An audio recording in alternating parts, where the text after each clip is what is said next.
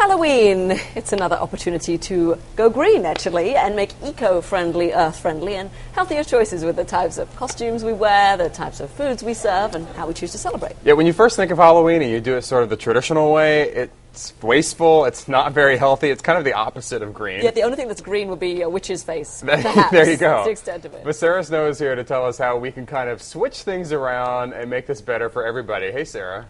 Hey, good afternoon, guys. Good to see you. Okay, so I guess we should first start with costumes, right? Because that's kind of one of the biggest, not only wastes of money, but also wastes of the environment. Because people lots of times go out and they buy the plastic costumes that just go in the trash the next day. Yeah, and I want to start off by saying I don't mean to be a buzzkill here by any means. You can still have your holiday, enjoy your holiday. It's like all the holidays, but if you're in the habit of living a life that's a little greener, a little healthier, you want that to extend to your holidays also. So we're just going to find a way to make Halloween a little healthier and a little healthier for the planet. So as you mentioned, Reggie, costumes are the first thing. There are three things that you can do with costumes. You can rent a costume, so it's essentially being recycled over and over. You can recycle a costume, maybe from a sibling, a younger brother or sister, pass it on to their younger brother or sister, or even host a Halloween swap party before Halloween and share around costumes amongst the neighborhood. And then you can create your own costume. And this is what we did when I was growing up. We'd go into my parents' closet, into the dress-up drawer, and see what we could find and create a fairy costume or a ghost costume. Or I remember taking an old work shirt and painting a peace sign on the back and finding a bandana and being a hippie for Halloween. So you can do all sorts of things just from the clothes that you have in your own home. In fact, I think we have a full screen with just a couple ideas of how very simple things, simple items can create different costumes. For example, dress in all black and put a stripe down the back and you're suddenly a skunk. Or wear a black leotard and a black turtleneck and hang some extra stockings or hose that are stuffed and you can become a spider. So there's a skunk idea there. I think the next one is a spider idea. A rag doll is a very simple thing to do as well. You can wear a sleeper, dress your child maybe in a sleeper, put a bunch of patches all over them, maybe a flannel shirt, give them rosy cheeks and freckles, and they can be a rag doll of some sort, or a scarecrow if you have straw sticking out of them. A jack-in-the-box is one that I think is really fun. You wear bright tights and a bright shirt, and then you attach a brightly painted box around the midsection with sort of a crank or a turn handle, and you can be a jack-in-the-box. So I like that one the best, I think. That you can make.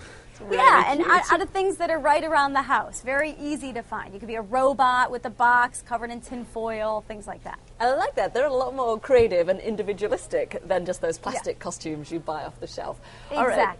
What about the treats that we hand out to the kids who are wearing the costumes trick-or-treating? Can we make some improvements there?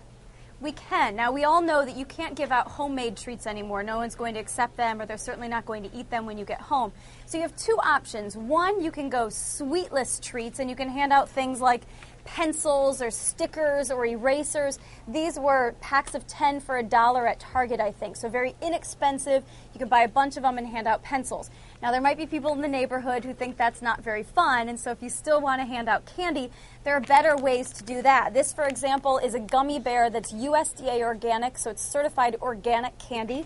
You can also And Sarah, are those, the gummy bears, are they individually wrapped then? Yes, these are. I could open the package and show you, but they're in...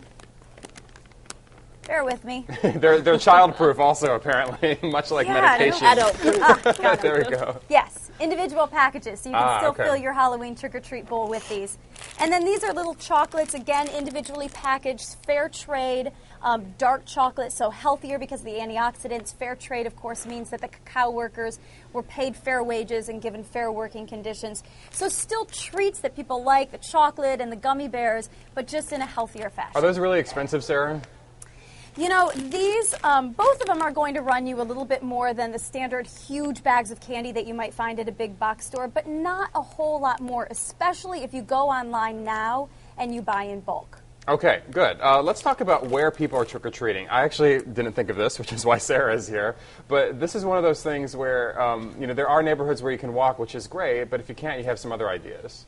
Yeah, it's not the most eco thing to do to get in the car and drive from house to house. All that stop and start driving can create some pretty bad emissions. So the best thing to do, if your neighborhood is not a walking neighborhood, to go to a different walking neighborhood so that you can walk from door to door as opposed to drive from door to door. If you don't have a walking neighborhood near you, try trick-or-treating at the mall or some other place like that.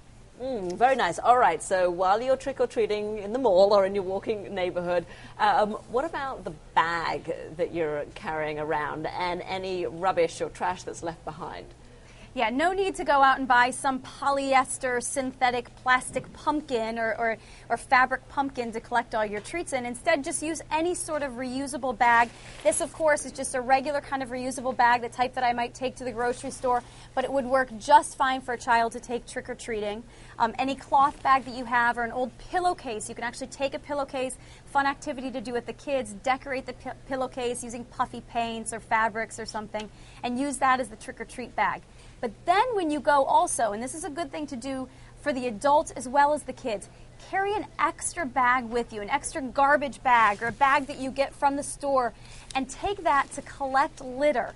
We all know that on November 1st, we wake up the day after trick-or-treating night and find litter all over the place. Candy wrappers, pieces of costume that have been left behind. So it's a really good time to remember that it's important not only to put trash where it belongs, but to pick up trash that we see laying along the roadside. And the last thing, Sarah, when you have these costumes that you've used and you might not be able to use them next year if your kids outgrow them or whatever, what do you do with them?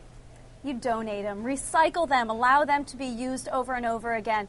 And again, hosting a swap party is a fun idea so that neighborhood kids can swap in their costumes and take out new ones that they'll wear next year.